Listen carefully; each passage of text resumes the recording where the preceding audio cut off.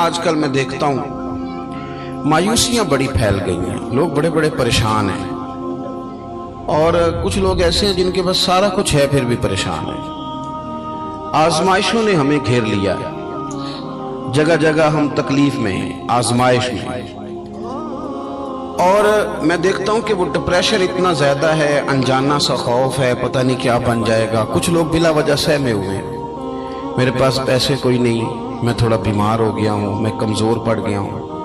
یہ مایوس کوئی اور ہوتا ہے، رسول اللہ کے غلام مایوس نہیں ہوتے، حضور کے غلام مایوس نہیں ہوتے، بلکہ وہ بڑے مطمئن رہتے ہیں، اطمینان قلبی میں رہتے ہیں۔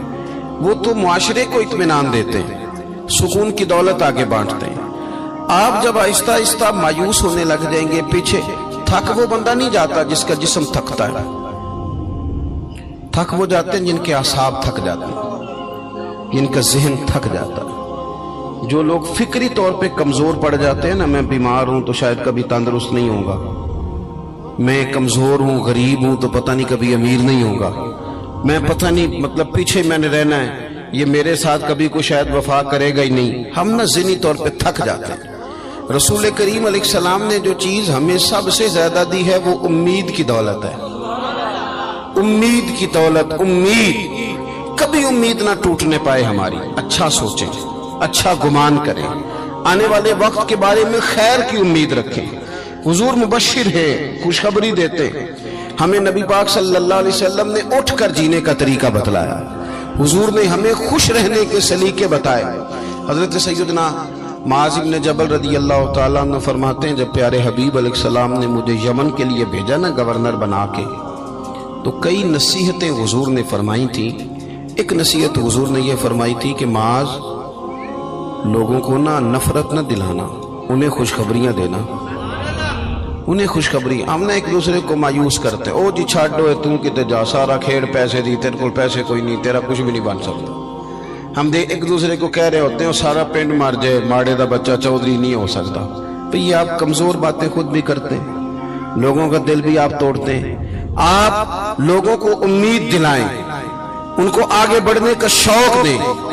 بہت گناہگار آدمی، بہت، میرا مالک جب چاہے، جس کو چاہے، جس وقت چاہے اور جس وقت وہ چاہے، کسی لتھڑے ہوئے کو اٹھائے، توبہ کی توفیق بھی دے اور اپنا قرب خاص بھی عطا فرمائے۔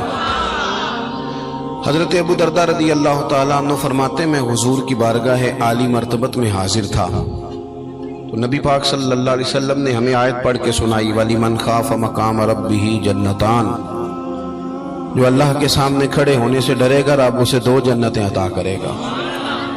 تو حضرت ابو درداء رضی اللہ تعالیٰ عنہ عرض کرتے ہیں، حضور وہ بندہ چور ہو، زانی ہو، اور اس نے بڑے بڑے گناہ کیے ہو معاذ اللہ، پھر بھی ڈر جائے تو اللہ 2 جنتیں دے گا، بہت بڑا مجرم ہے۔ یہ کچھ لوگ میری طرح کے ہوتے ہیں نا نیک، وہ کہتے ہیں جنت میں میں نے جانا ہے، کسی اور کو نہیں جانے دینا، وہ بھی طے کر لیتے ہیں، کہتے سوال ہی نہیں پیدا ہوتا، یہ تو میرا ذمہ ہے۔ آپ ایسے نہیں کریں، آپ اللہ کی رحمت کو اس طرح مقید نہیں کریں۔ اور ہمارے کئی دفعہ میں نے دیکھا ہے کہ یہ نیک لوگ کسی کے بارے میں بات کر رہے ہوتے ہیں تو اصلاح کی نہیں، مجھے لگتا ہے کہ جیسے بڑا حقیر سمجھ کے کسی کو تبلیغ کی جا رہی، یہ انداز درست نہیں ہے۔ کیا پتہ کب اللہ تعالیٰ کسی کو کون سا درجہ عطا کر دے اور کہاں اس شخص کو لے جایا جائے۔ تو حضرت ابو درداء رضی اللہ تعالیٰ عنہ نے ہماری یہ مشکل حل کر دی۔ کہتے ہیں کہ میں نے عرض کی، حضور اگرچہ وہ چور ہو، زانی ہو، نالائق ہو، گناہگار ہو، پھر بھی ڈر جائے تو اللہ 2 جنتیں دے گا؟ تو حضور نے فرمایا، ہاں اگر صحیح معنی میں ڈر گیا تو رب 2 جنتیں عطا کرے گا۔ کہتے میں نے دوسری دفعہ عرض کی، حضور چور ہو، بڑا مجرم ہو، پھر بھی ڈر جائے تو 2 جنتیں؟ حضور نے فرمایا ڈر جائے صحیح، جنتیں 2 ہی ملیں گی۔ کہتے میں نے تیسری دفعہ کہا، حضور یعنی وہ جو مایوسی ہے گناہگار آدمی کو کہ میں شاید آگے جا ہی نہیں سکتا، شاید اب بات آگے بڑھ ہی نہیں سکتی۔ حضرت ابو درداء کہتے ہیں تیسری دفعہ عرض کی، حضور اگر بڑا ظالم ہو، ڈر جائے، پھر بھی 2 جنتیں؟ تو کہتے ہیں حضور نے فرمایا اگرچہ ابو درداء کی ناک خاک آلود بھی ہو جائے نا، یعنی تو زمین پہ بھی اپنی ناک رگڑے، تو پھر بھی جو بندہ صحیح معنوں میں ڈرے گا اسے مایوس نہیں ہونا چاہیے، رب اسے 2 جنتیں عطا کرے گا۔